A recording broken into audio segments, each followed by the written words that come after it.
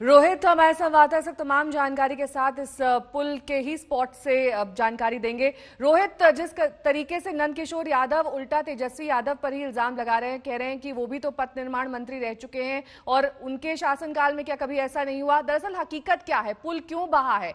क्या खराब क्वालिटी का मटीरियल इस्तेमाल किया गया? नदी का बहाव तेज था? हकीकत क्या है?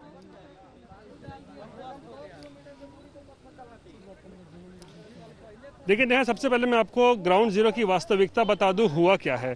जो बातें आ रही है कि 70 घाट पुल जिसका उद्घाटन पिछले ही महीने हुआ था वो पुल ध्वस्त हो चुका है, तो ऐसा बिल्कुल नहीं है। हम जहां इस वक्त खड़े हैं, आप जरा पीछे हटिए, जरा पीछे हट जाइए। हम जहां इस वक्त खड़े हैं ये एक छोटा पुल है और यहाँ से तकरीबन 2 किलोमीटर की दूरी पर वो पुल 70 घाट पुल है जो बिल्कुल सुरक्षित है, वो नहीं टूटा है। तो अब सवाल उठता है कि आखिर कहाँ गड़बड़ी क्या है और ध्वस्त क्या हुआ है। तो अब आप देख लीजिए, जिस छोटे पुल पे मैं खड़ा हूँ, अब यहाँ आप देख लीजिए मेरे पीछे जो आप ये सड़क देख रहे हैं, ये सड़क जो है छपरा जाता है। तो ये पुल पिछले महीने जो इस रोड का उद्घाटन हुआ था, ये छपरा को पूर्वी चंपारण से जोड़ने के लिए था। लेकिन आप देख लीजिए जिस तरीके से गंडक नदी में इस वक्त बहाव देख लीजिए, किस तरीके से पूरे वेग से गंडक नदी बह रही है। तो कहीं ना कहीं जो ये कंपनी, जिस कंपनी ने इसको बनाया है, जो नाम आ रहा है वशिष्ठ कंस्ट्रक्शन कंपनी, उसकी लापरवाही, बिहार सरकार में काम करने वाले जो इंजीनियर्स हैं उनकी लापरवाही की वजह से ये अप्रोच रोड जो है 70 घाट पुल के तरफ जाने वाला, वो अप्रोच रोड टूटा है। आपको हम बिल्कुल सब कुछ साफ साफ दिखा रहे हैं कि आखिर घटना क्या घटी है, क्यों घटी है।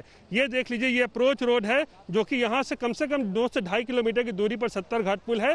तो ये पुल का हिस्सा, जो रोड का हिस्सा है, वो पानी में बह गया है। यानी कि जो कंस्ट्रक्शन कंपनी ने काम किया था, या अभियंता जो इसमें लगे हुए थे, भ्रष्टाचार का यहाँ पे आरोप भी लगाया जा रहा है, तो उसकी भी जाँच होगी। तो पानी की धार इतनी ज़्यादा है इस वक्त, इसकी वजह से ये आप देखिए पूरा का पूरा ये हिस्सा बह चुका है और अप्रोच रोड टूटा है। लेकिन अब आपको हम एक और तस्वीर दिखाएंगे। ये छोटे पुल पे देख लीजिए, हट जाइए।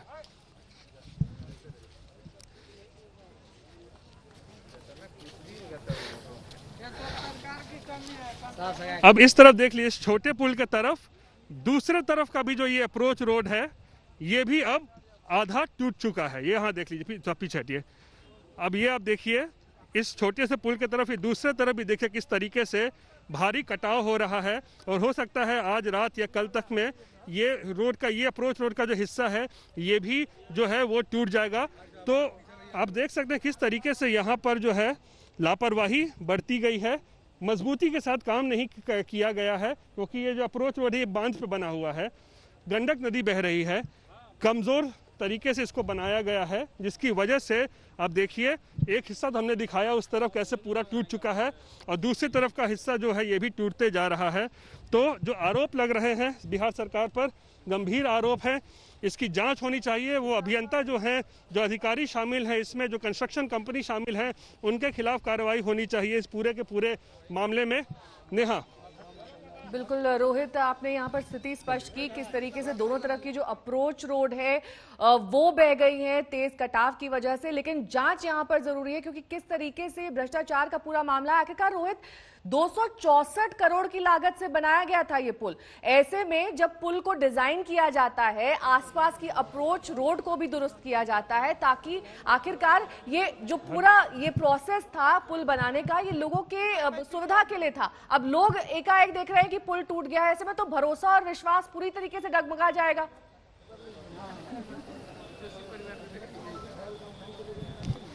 बिल्कुल बिल्कुल, भरोसा और विश्वास क्यों डगमगाया, क्यों नहीं? क्योंकि 264 करोड़ रुपए से पूरा जो एक निर्माण कार्य पूरा हुआ है, जिसमें आपको अप्रोच रोड भी शामिल है, जिसमें 2 छोटे पुल शामिल हैं और जो मुख्य 70 घाट पुल है वो भी इसमें शामिल है। तो ये जिस तरीके की तस्वीरें आप देख रहे हैं, ये कहीं ना कहीं भ्रष्टाचार की ही जो है उजागर करता है कि किस तरीके से घटिया तरीके से जो है ये अप्रोच रोड को बनाया गया। ये भी नहीं सोचा गया कि जब पानी का दबाव बढ़ेगा गंडक में तो क्या होगा। कुछ स्थानीय लोग मेरे साथ हैं, वो कुछ जानकारी देना चाह रहे हैं। बहुत शुक्रिया रोहित।